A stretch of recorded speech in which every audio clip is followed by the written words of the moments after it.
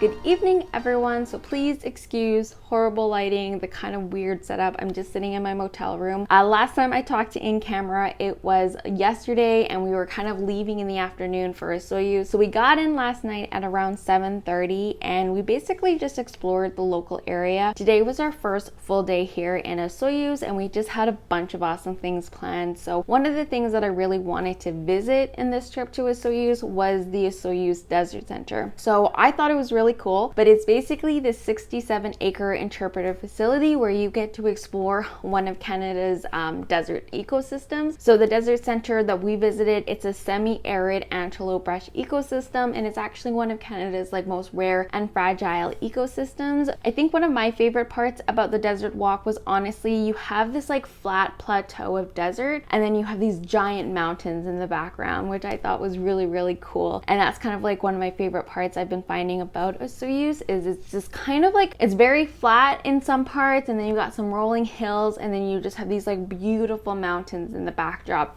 After the desert center, we did our wine tasting. So if you're not familiar with the sort of Okanagan Valley, BC area that I'm from, Okanagan Valley is huge on wine. There is over like 300 wineries in the area. So that was a big reason for this weekend trip to Osoyoos, was to try some of the wineries in this area because there's about over 50 wineries in this area. We're only hitting like 8 to 10 of them this weekend, but that's also something we did today. After we finished the desert center, we went and did Platinum Bench, was really great. We also went to Burrowing Owl and Gold Hill, and then we kind of broke for lunch around noon, and then after lunch we hit a couple more wineries. So we went to Lakeside Cellars, Adega, and Moon Cursor. So if you're really into sort of wine and wine tastings and the wine industry, then I highly recommend, if you're going to come to this area, to definitely check out Burrowing Owl, Platinum Bench, Moon Cursor. After that, we basically came back to the motel room for a bit. It has been really hot here in Osoyoos. So it was about 27 degrees already at like 8:30 in the morning, and it just kept getting hotter and hotter throughout the day. I think the hottest it got was like 37, 38 today. It's supposed to get up to like 42 tomorrow and then like 47 on Tuesday. We're gonna be gone by Tuesday, but it was pretty hot out today. So we came back at around 4 o'clock just to kind of take a couple dips in like the pool that they have at the motel. After we did that, we went out for dinner dinner. So we went to this really delicious Italian restaurant in town that my parents come to whenever they come to Osoyoos. So we went there for dinner, and now we're just like kind of back at the motel room chilling out for the evening. I really hope you've enjoyed so far some of the photos and the video that I've gotten, and I'll talk to you tomorrow on our last day here in Osoyoos. Good morning, everyone.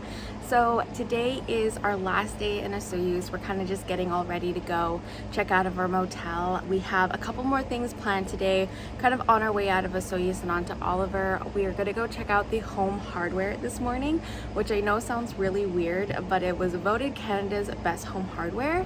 And then we're going to hit some more wineries before we kind of like head on home. So it'll be another hot day here in Osoyoos, but it should be really good.